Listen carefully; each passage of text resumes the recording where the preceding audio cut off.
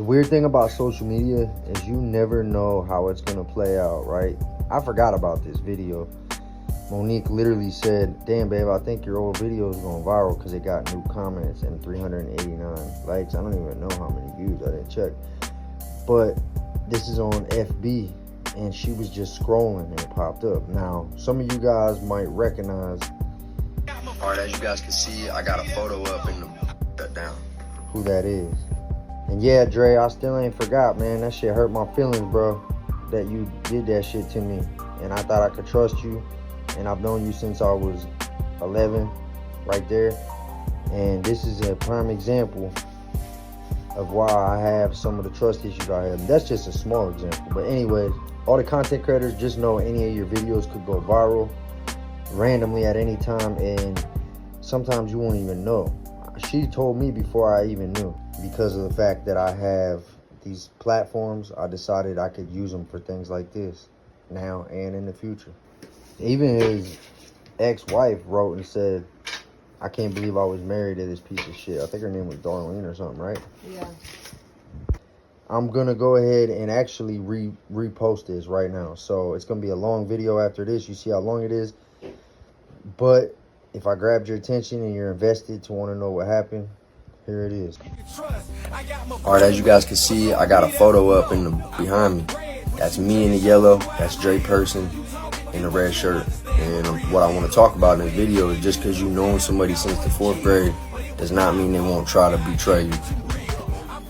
He did some bitch ass shit. I'm going to expose him for it. Now that I got these platforms, I've made a couple videos like this.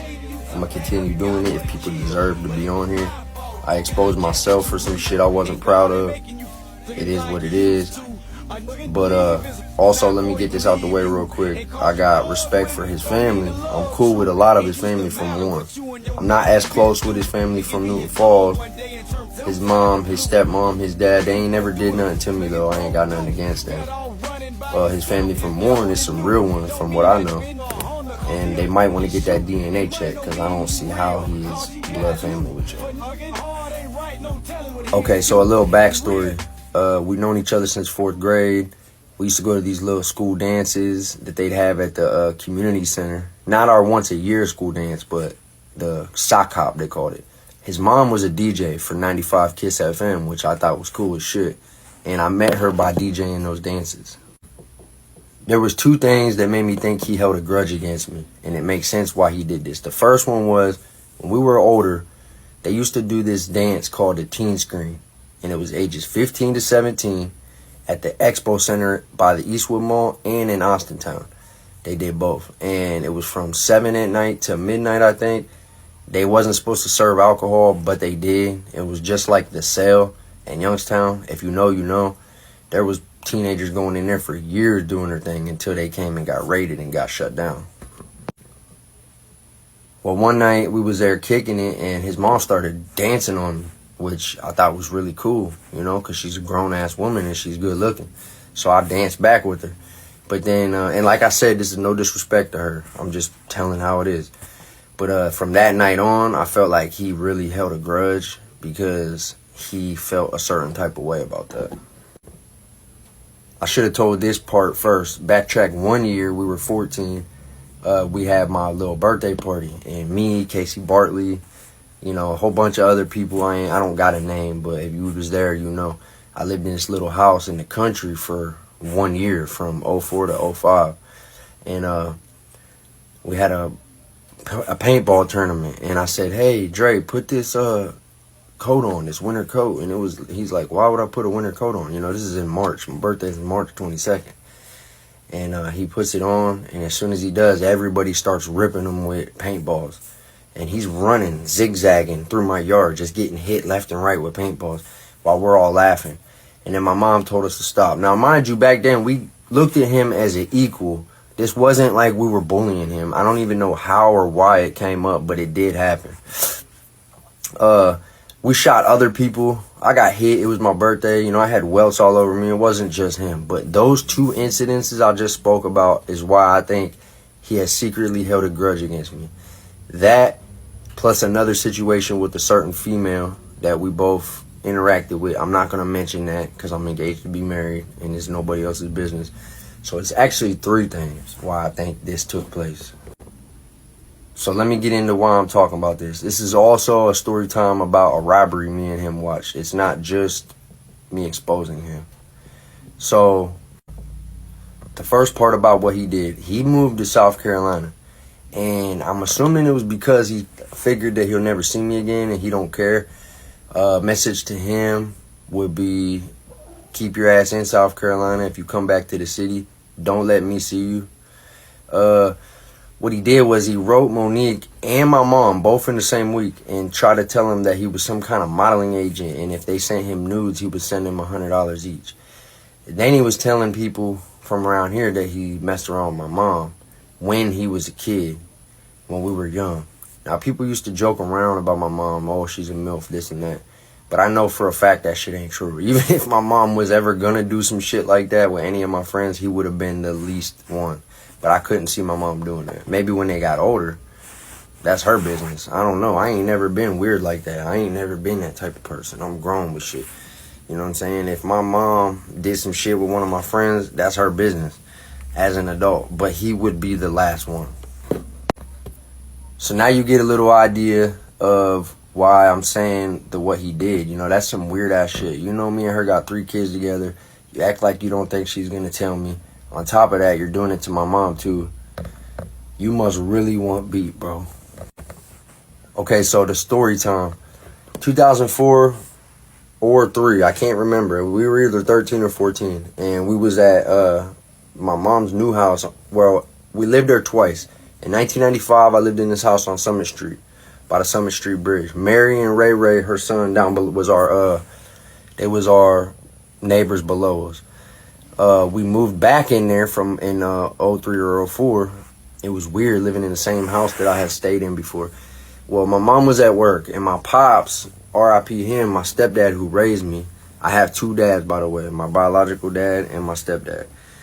Well, he didn't really like the fact that I was smoking trees. I was doing white occasionally. I was drinking.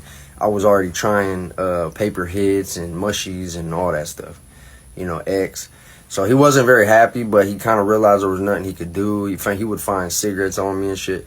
So he goes, listen, he had something wrong with his leg. Like, he had to take off work for a couple days. He goes, listen, if you guys walk to Ohio Street and see this dude and grab these 5 nickels, which is crazy, but that's how they was doing it around here. Reggie at that.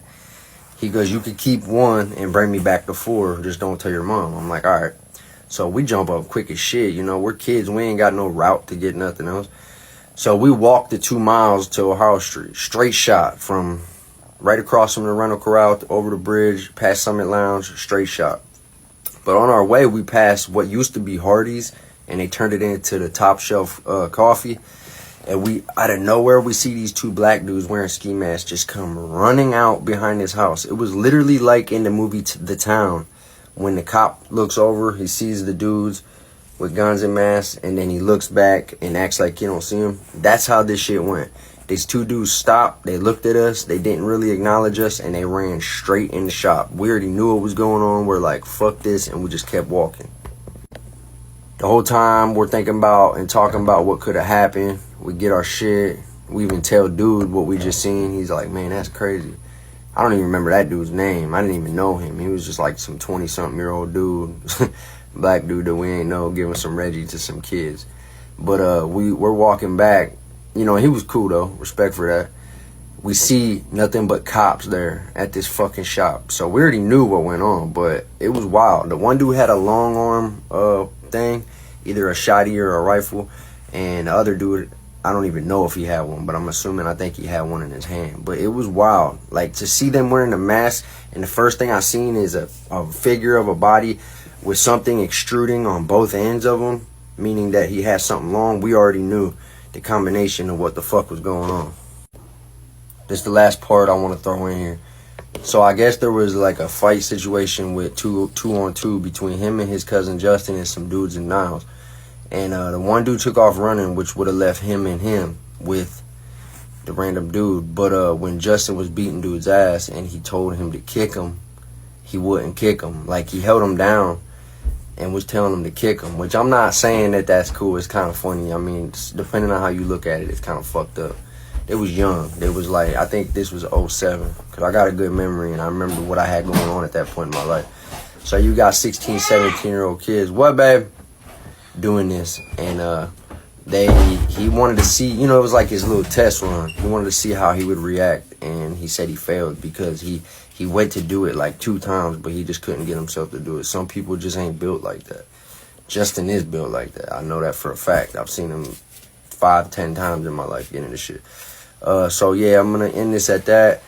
I just wanted to say that I've been able to hang out with all type of groups of people my whole life, from jocks when I played football, cheerleaders, to stoners, to juggalos, to the nerds. I was cool with everybody. I just landed on making the wrong choices. I ended up 2 years behind, expelled 1 year, failed 1 year, 17 in the 9th grade, went to JJC first time at 15. And then I made the choice to try to be on some gangster shit. I regret it. That was my path. I wanted to be on street shit. I could have went another route. These last couple days, the videos I've been posting been kind of embarrassing, but I want to let my online people know the real me. So I ain't gonna have no filter from now on.